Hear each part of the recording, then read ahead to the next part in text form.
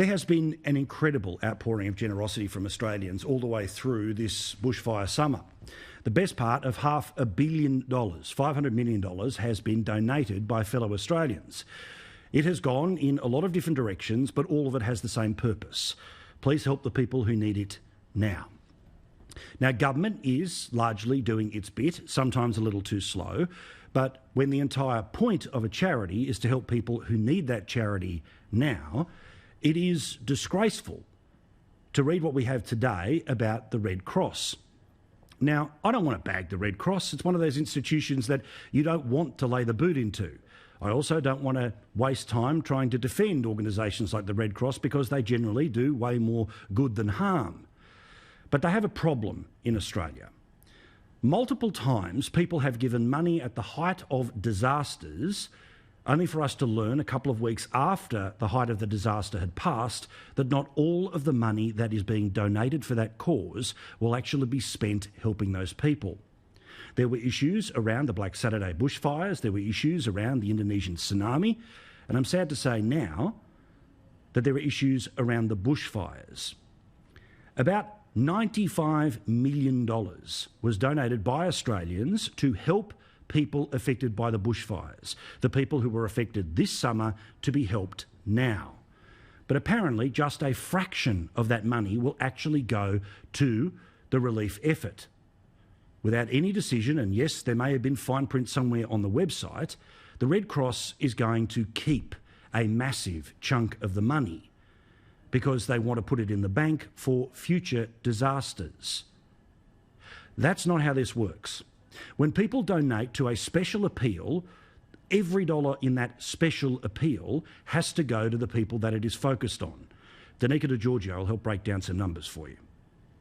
As the bushfire crisis grips the nation, generous Australians have donated more than $95 million to the Red Cross Disaster Relief and Recovery Fund. It's now been revealed less than a third of the money has actually been committed to fire victims, and there are no guarantees the remaining funds donated will be handed out this summer. The Red Cross says $30 million has been committed so far to help people meet their immediate needs, while some of the funds will be saved to spend towards disasters in the future. Former Victorian Premier Jeff Kennett says the money should be placed in a trust. But when people give money, it's got to be put into a fund which can be accountable, where it can be audited, and where, in fact, the administrative costs can be reviewed. The Daily Telegraph is reporting just over 500 cash assistance grants have been approved by the charity since January 6. Danica DiGiorgio, Sky News. Now, this has to be a contravention of the law, and if it isn't, the law needs to be changed.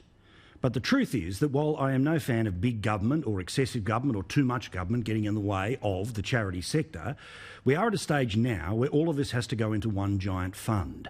All of this money has to be controlled by someone. Now, if X% comes from the Instagram comedian or Y% comes from the Business Council of Australia, then okay, that money eventually goes back.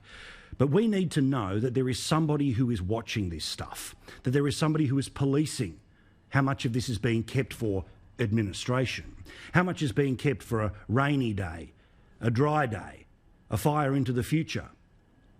Because people, if they wanted to donate to a general fund, would have donated to a general fund.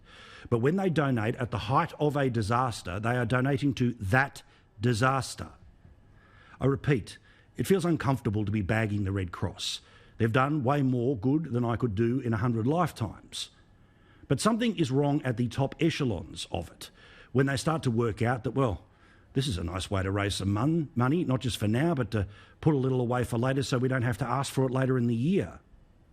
This is the next stage, the recovery stage. And government has put a lot of money forward, but government also needs to start telling us what are the rules of the road for this money to be administered.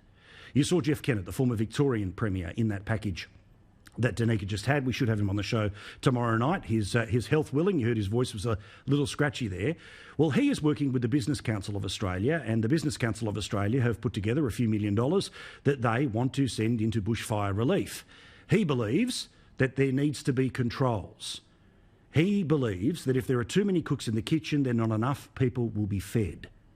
I agree with him. Let's see what happens in the next couple of days. But we will keep chasing the money because you gave to the people who need it, and the people who need it yesterday.